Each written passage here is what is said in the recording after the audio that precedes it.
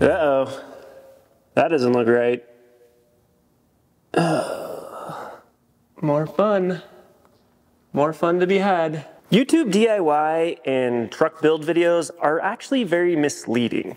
And it's not because anybody's trying to lie to you per se, it's because filming an install from beginning to end is actually really complicated. So when you're in the middle of that and things start to go wrong on your install, a lot of times the cameras just go off and you have to battle through and try to figure out what to do. Now, we don't turn off the cameras because we want to hide the fact that something went wrong. We turn off the cameras because if you try to film an install, it makes it take 10 times longer. And then when you run into problems, you're just never gonna get your project done.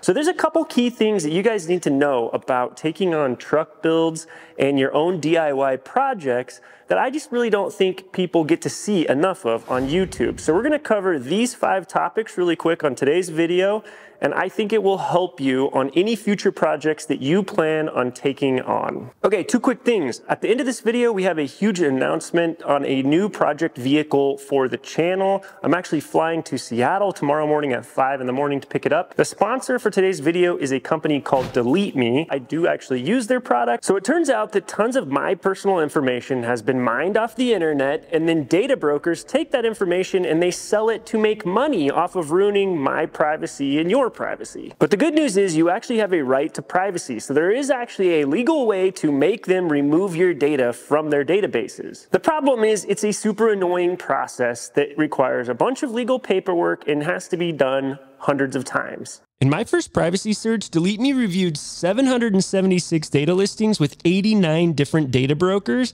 Now here's the crazy thing. They found my data at 69 of those data brokers.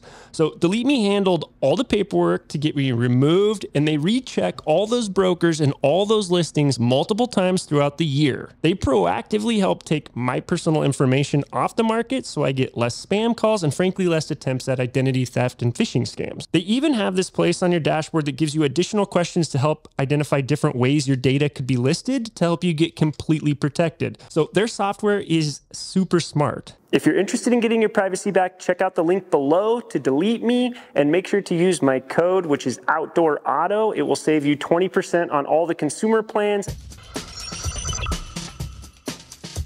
Okay, let's talk lessons that you rarely see on film around your parts list for a big project. So first of all, one of the mistakes that I made on this project is I made a really comprehensive parts list and I thought I was doing really well. And then I was like, okay, I'm ready to do this project starting next week. I did use the dealership for a lot of it because I did want Toyota original parts. And it turned out a lot of the parts that I wanted that I thought were very benign, normal parts that you would be able to get very easily were not easy to get. CV axles, for example, this little thing right here, these things were 6 weeks out, which is insane to me because a CV axle is something that gets replaced on cars all the time. If you hit a curb too hard, if you do all kinds of things, you can break these. So the fact that you could have to wait 6 weeks to get a CV repair, it was mind-boggling to me. 2 key learnings to take away on parts. Make your list, but make your list 2 months before you even want to start your project. The other thing that I would tell you to do is look at everything that you're working around that you're not planning on replacing and buy a lot of the extra stuff that you're going to be touching. If it's good and you don't end up using it, you can return it, okay? And you can get your money back really easily. But if you do end up needing it, like if you get in here and you weren't planning on replacing your inner tie rod, and then all of a sudden you find out your inner tie rods are shot, or you get in here and you mess up, let's say, your seal to your transfer case while you're taking some of this stuff out. Now you need a new one of those. What happens if at the last second you go to get that and it's like, oh, another part, that's 6 weeks. Now you're stuck on blocks for 6 weeks. That did happen to me because I'm an idiot and I didn't order the stuff early enough and I didn't make a comprehensive enough list for all the consumables and little pieces around it that could become injured or broken in the process of all the repairs. So parts, just think of parts as a black hole where your project goes to die unless you plan accordingly. So plan ahead, really, really, really far ahead. Okay, I'm gonna let you in on a little secret. You gotta come here and you're gonna have to listen very carefully. I'm going to show you the sound of money leaving your bank account and then going to things that you don't want it to go to. Here you go, you ready? Lean in a little bit, listen very carefully. This is what it sounds like. It sounds like this. If you use this inappropriately on a project, you will break your stuff, and then you'll have to buy new parts. I've got two examples of this. I was working on the Can-Am this last week. We were putting tracks on it for the snow, and I was using this on some of the bolts and hardware that came with, and I just snapped a bolt that supposedly is supposed to be a grade A bolt and supposed to be awesome. Nope, snapped it right in half. And then I had to go get one of those bolts. These are not the type of bolts that you can go pick up at your Home Depot easily, right? So then you have to know a specific screw store. We have Tacoma Screw here in town. And that is a store, just for the record, that sells nuts and bolts and other things. These are dangerous because they have so much torque, and we all love to use them because they can get the job done so fast, but they can also rip things apart. Another horror story, a friend of mine, he was actually putting a new lift on a Tacoma, and he was taking the bottom of the spindle off, the two bolts on the bottom of there, and then when he was putting them back in, it got cross-threaded. So the problem with that is he stripped out his actual spindle. It didn't ruin the bolt, it ruined the spindle. So in order to fix that, luckily it only did it to the first like 2 or 3 threads. So then he had to go to Tacoma Screw and he had to get a really large tap and go ahead and re-tap that and re-thread it. These are not things that people are putting on camera very often because they're embarrassed to put them on camera. But the reality is these kind of things happen all the time. Make sure to be careful with your impact wrenches. Don't trust these things. Start all your screws by hand. Be smart. Save yourself a bunch of money. What if I told you that upgrades aren't always upgrades? Here's what I mean by that. I've seen some upgrades on my truck and on a friend's truck recently where the upgrades led to new failure points that were way more dangerous than how the original equipment was. When you're working on installing equipment, if you ever had that little voice in the back of your head where it's like, this doesn't seem very solid or this doesn't seem very good, you should listen to that instead of dismissing it. Because a lot of times we go and spend a big chunk of money on a new piece of equipment, we go to install it and it's like, well, it costs $1,200, it has to be better. And then we're installing it and you're like, wow, this hardware seems bad, dangerous almost. And it's like, nah, this is a $1,200 bed rack. It's gotta be good, right? Now, you gotta listen to that, look at your engineering, go look at the forums, go look at reviews, dig really, really deep, and figure out whether or not that thing's really gonna fail you before it fails you.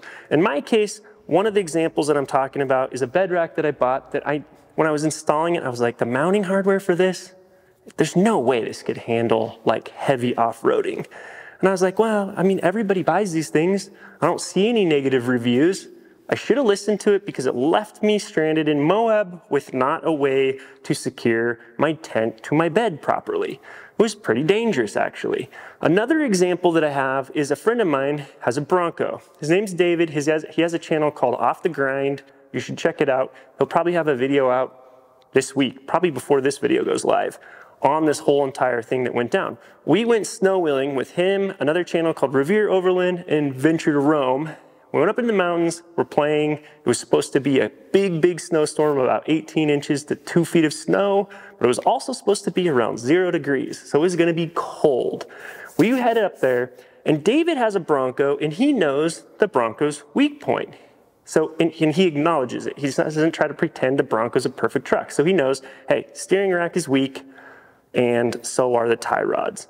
So he went ahead and upgraded his steering rack, and then he also upgraded his tie rods, which is awesome because now he's strengthened the weakest link of the Bronco. But part of that kit was these aftermarket tie rod boots, and they're supposed to be an upgrade, but they feel really flimsy and they feel really stretchy. And when you stretch rubber, it gets thinner. And you're supposed to put clamps on the end of it to hold it to your tie rod so nothing gets inside of there and messes up your tie rod, but also anything that gets into there can also work its way down towards your steering rack. Same thing as me. He played around with them. He wasn't super impressed, but he's like, hey, it comes with the kit. Lots of people use this. put it on there. What ended up happening when we were driving in deep snow is it stretched those things out, pulled them loose, stuffed them full of snow. The snow melts from the warmth of the engine, and it just pours water into his steering rack, which is bad in the first place, but it's even worse where once you stop and then you camp that night, when you wake up in the morning,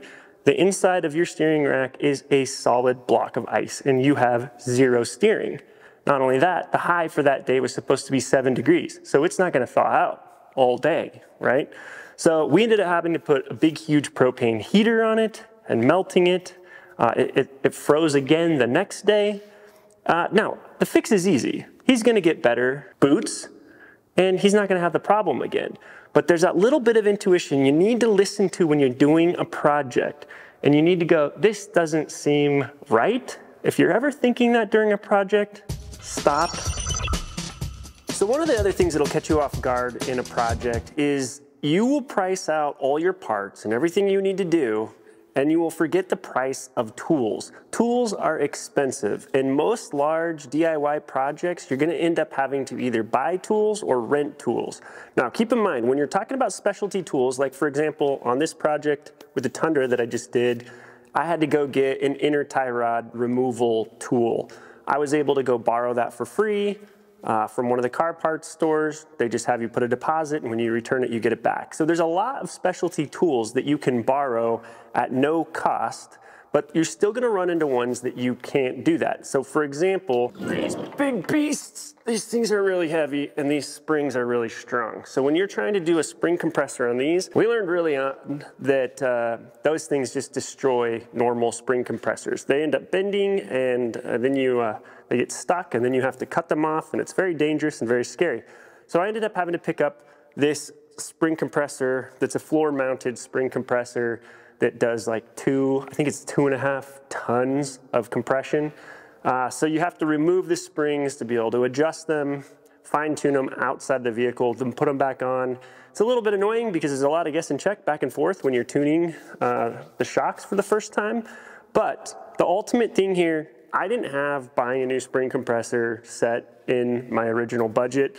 I have these little clamps that are crimpers that I had to use for rebuilding the CV boots. I had to go buy a seal puller. This thing's only $7.99. It's amazing. Without it, I spent like an hour and a half trying to get a seal out, couldn't get it. With it, you can get it out in 30 seconds. The other thing that's funny is you end up going and buying like a very specialty tool like this spring compressor on the floor. It still doesn't work because it works really well with springs, but not with coilovers. Because coilovers, the shock in the middle of it gets in the way a lot of times. So a lot of times you're buying custom tools and then you're having to modify those custom tools to get them to work the way that you need them to work. So just remember to factor into your budget, what specialty tools am I gonna run into?